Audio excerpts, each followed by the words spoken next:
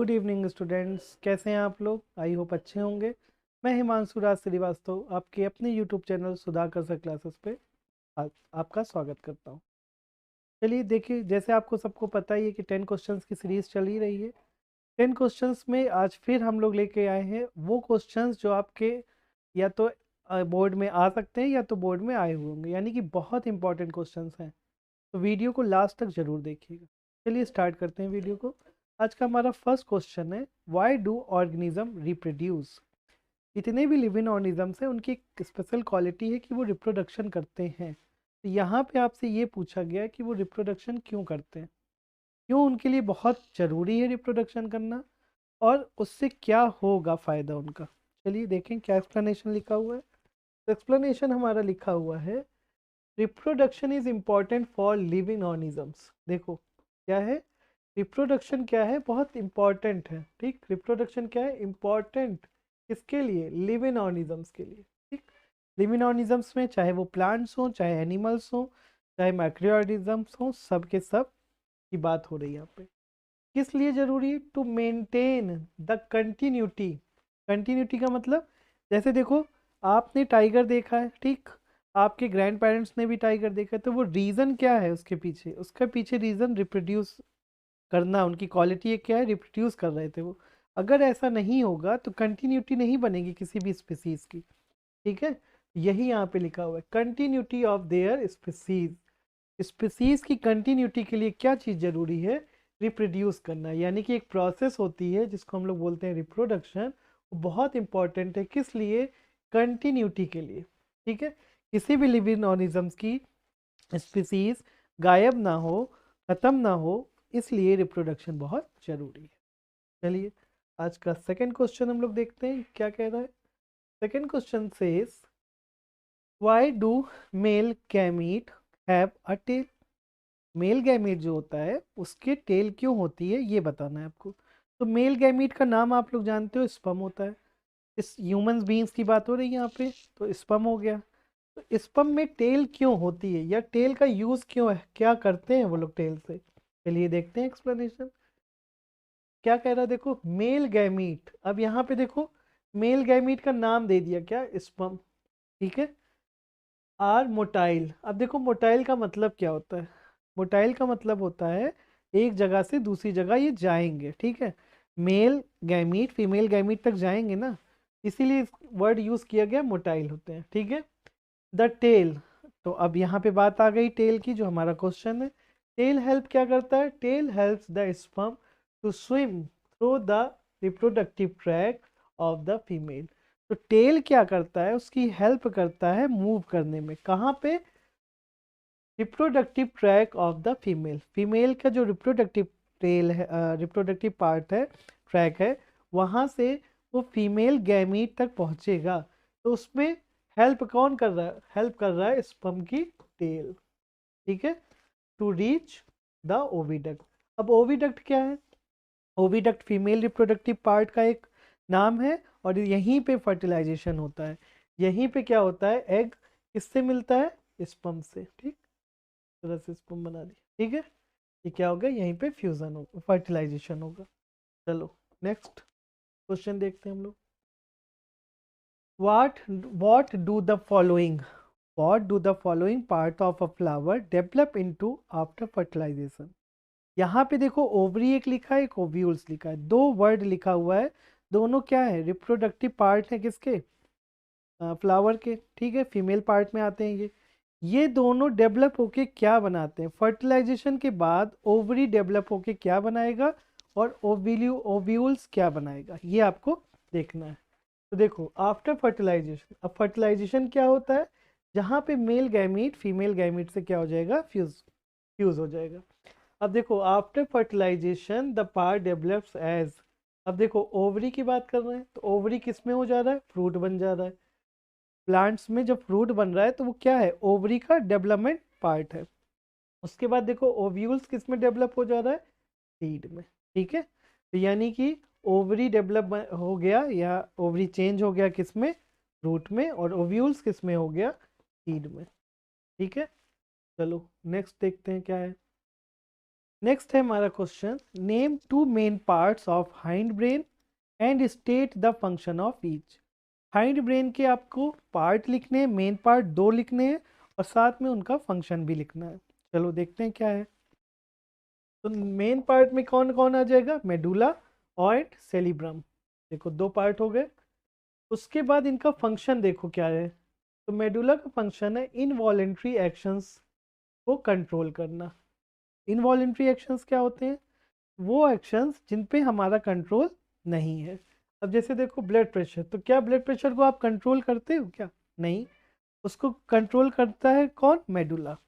उसके बाद salivation and vomiting, ये सब क्या चीज़ें हैं, इनवॉलेंट्री एक्शन है जिसका कंट्रोल हाइंड ब्रेन के पास है, और हाइंड ब्रेन में एक पार्ट होता है मेडुला, उसके पास है। चलो नेक्स्ट देखो सेरिब्रम। इसमें क्या है, it is responsible for voluntary actions and maintaining the posture and balance of the body. Body का जो पॉस्चर है या बैलेंस है, जैसे देखो हम खड़े हैं तो ये हमारा बैलेंस बना हुआ है, एक पॉस्चर है, इसका कंट्रोल किसके पास है, सेरिब्रम, यानी कि हाइंड ब्रेन के पास इन दोनों का कंट्रोल है। ठीक है, लेकिन उसमें भी उन्होंने डिवाइड कर दिया। जैसे आपके स्कूल में क्लास टीचर है आपका, उसके बाद टीचर्स भी हैं, तो हर सब्जेक्ट हर टॉपिक को हर पार्ट के लिए अलग अलग दे दिया गया है ना टीचर्स को। वैसे ही यहाँ पे भी ब्रेन ने डिवाइड किया अपने पार्ट को, किसमें, फोर ब्रेन में, हाइड ब्रेन में और मिड ब्रेन में। हाइड ब्रेन कुछ काम कर रहा है तो हाइड ब्रेन के पास भी अपने खुद के एम्प्लॉई हैं जो काम करवाते हैं। ठीक है, चलिए नेक्स्ट क्वेश्चन देखते हैं हम लोग। Question number 5। क्वेश्चन नंबर 5 क्या कह रहा है, देखो, distinguish between voluntary and involuntary actions of our body. अभी हम लोगों ने इसके पहले वाले क्वेश्चन में वॉलेंट्री एक्शंस को देखा और इनवॉलेंट्री एक्शंस को भी देखा। यहाँ पे आपको वही बताना है कि वॉलेंट्री एक्शंस क्या होते हैं और इनवॉलेंट्री एक्शंस क्या होते हैं, कौन इनको कंट्रोल करता है, वो तो हमने देख लिया। अब यहाँ पे की बात क्या हो रही है कि ये एक्शंस होते क्या हैं। अब देखो क्या लिखा हुआ है, वॉलेंट्री एक्शंस आर अंडर, देखो वॉलेंट्री एक्शंस क्या है, under the control of our will, यानी कि हमारे कंट्रोल में ये चीज़ें होंगी। जैसे देखो बात करना, ठीक, और वॉकिंग, ये क्या है आपका, ये दोनों हमारे आपके सोच पे है ना, हम कंट्रोल कर सकते हैं। ऐसा तो है नहीं कि जब बोल रहे हैं तो फिर बोलते ही चले जा रहे हैं। वॉकिंग का मीन्स जब आप चाहोगे तब चलोगे ना, कि अपने आप बस उठे चले गए, नहीं, ऐसा नहीं होता। ये सारी चीज़ें क्या है, कंट्रोल में, हमारी विल के अकॉर्डिंग होता है।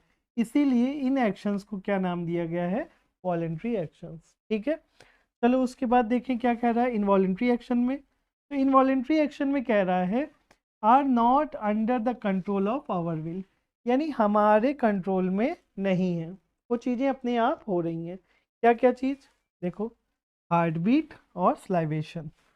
स्लाइवा बन रही है ना, तो उसको आप कंट्रोल कर रहे हो क्या, मुंह में पानी आ रहा है ना, वाटरिंग हो रहा है, तो वो क्या हो रहा है, वो अपने आप हो रहा है। ठीक, और हार्ट बीट, हार्ट बीट को कंट्रोल कर रहे हो क्या, जब मन किया तब बीट हो रहा है, जब मन किया नहीं बीट हो रहा, ऐसा नहीं है। तो ये सारे क्या एक्शंस हैं, ये हैं इनवॉलेंट्री एक्शन।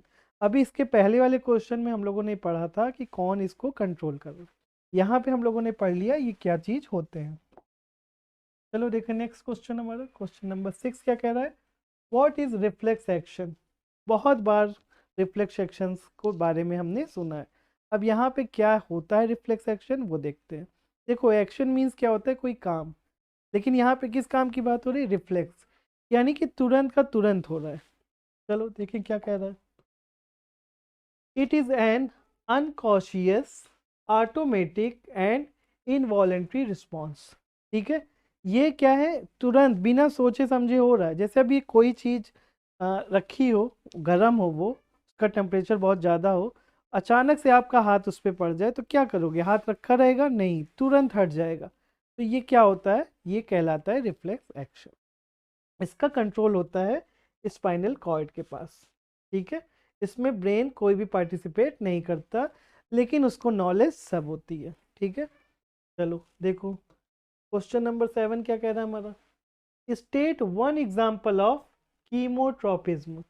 आपको एक एग्जाम्पल देना है कीमोट्रोपिज्म का।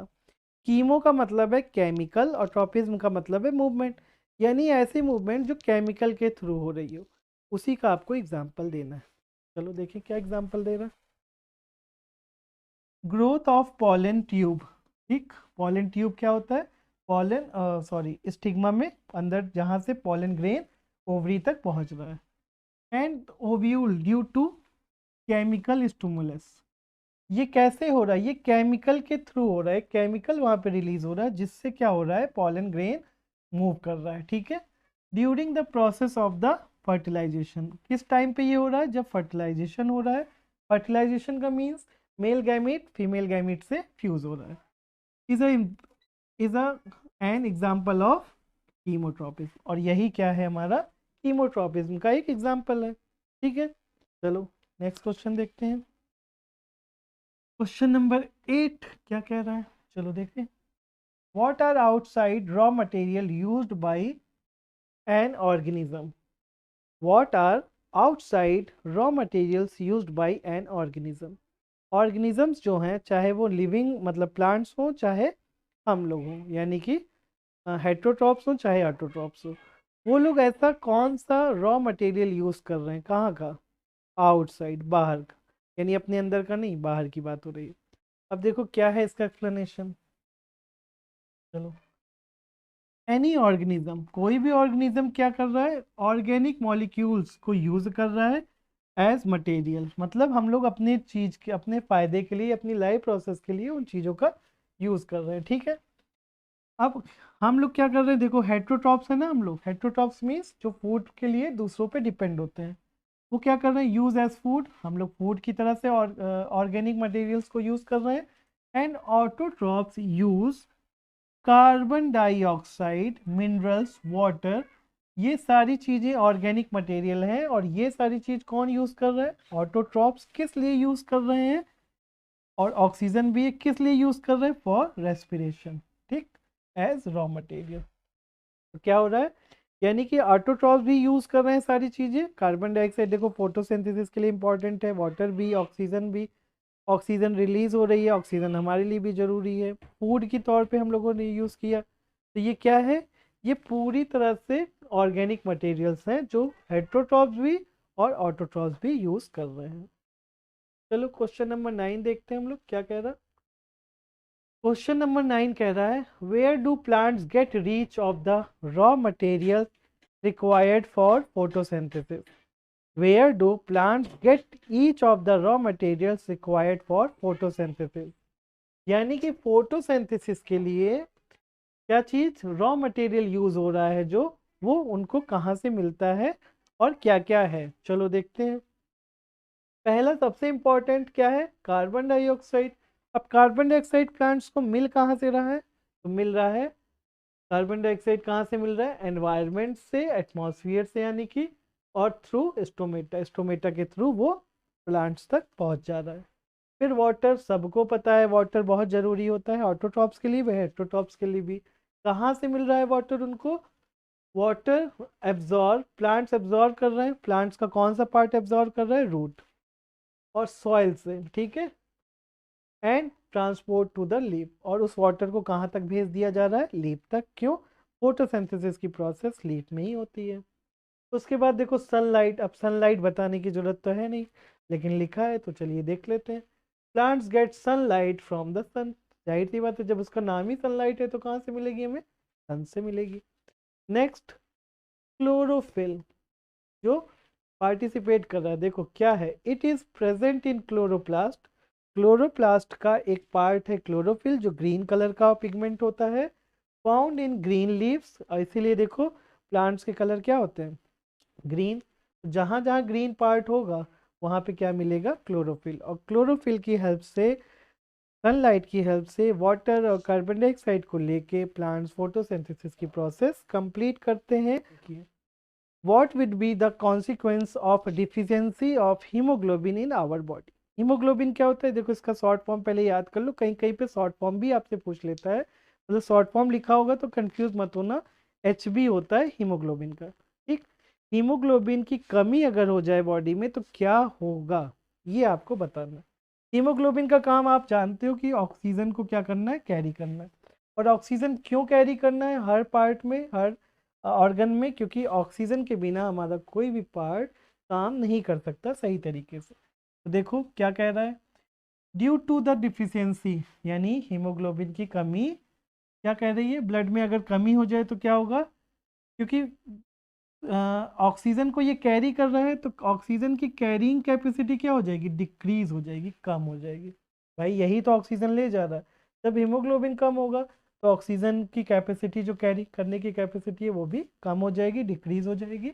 एज अ रिजल्ट, रिजल्ट के थ्रू क्या हो जाएगा, production of energy by oxidation. देखो सबको पता है कि प्रोसेस ऑक्सीडेशन के थ्रू एनर्जी मिलती है, अब वही प्रोसेस हो ही नहीं पाएगी तो क्या हो जाएगा, ये धीमे हो जाएगी, तो उससे क्या होगा दिक्कत, तो कोई भी व्यक्ति, कोई भी पर्सन क्या हो जाएगा, फॉल सिक, बीमार हो जाएगा, and would feel fatigue most of the time, और बहुत थका थका अपने आप को क्या करेगा, फील करेगा। तो ये है डिफिशियंसी ऑफ हीमोग्लोबिन का रिजल्ट।